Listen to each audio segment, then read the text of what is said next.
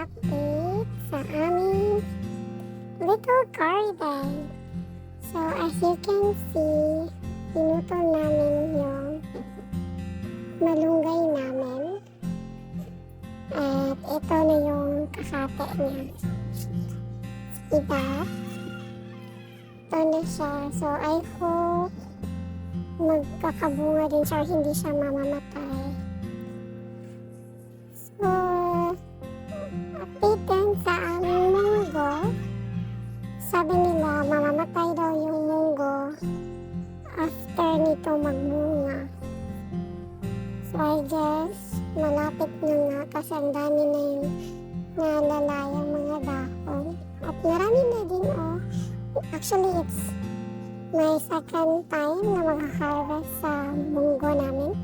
So, this is the second harvest. So, I'll harvest it once nire-ripe na siya.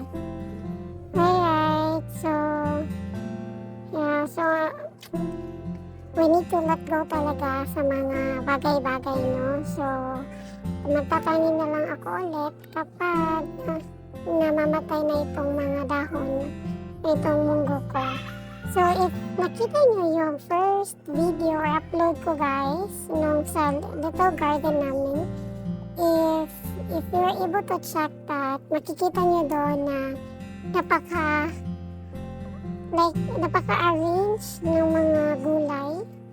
Like, dito munggo, may kalamansi ako dito, tapos yung chile. So, ang nangyari, guys, kapag naghihiwa na ako ng mga gulay, imbes itatapon ko yung mga hindi kailangan, hindi ko siya tinatapon. Nilalagay ko siya dito, ginagawa ko, magsisilbi siyang fertilizer. So, if nakikita niyo, ang dami diyang mga nabubulok na mga gulay. So, dyan ko siya tinatapon.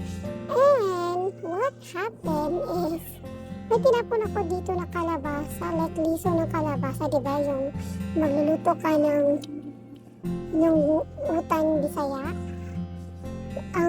Yung liso ng kalabasa, tinatapon mo naman yun, diba? So, sa akin, hindi ko siya na tinatapon. Nilalagay ko na siya dito para gawing fertilizer sana. So, ang nangyari, tumubo siya, guys. At ito siya, oh, ito yung kalabasa ngayon. Ang laki. Mas malaki pa siya sa kalamansi namin. Yung kalamansi ko, ang liit pa din. Para hindi na siya tumubo. Ito, oh, sana hindi magmana sa akin, guys. Hindi, dyan. Yan yung kalamansi. So, ito pa yung isang kalabasa na ang laki, oh. Dyan, oh. Ang laki na niya talaga. So, plano namin is magawa kami din ng garden sa labas. Dyan, like para siyang square na garden.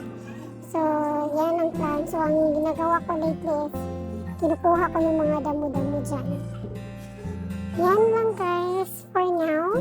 So, I'm very happy kasi naka-harvest na ako ulit. So, yung kakainin namin ngayon is adobong kangkong with egg. So, yan. So, happy talaga ako, guys, kasi hindi na kailangan bumili para sa palengke. Dito na lang kami naka-harvest. At ito pala yung chili ko, guys. I'm really proud of myself. Kasi tingnan mo siya. Ang laki-laki na yan. Liit pa lang yan noong naglagay ako niyan dito. Bigay lang ito sa amin ng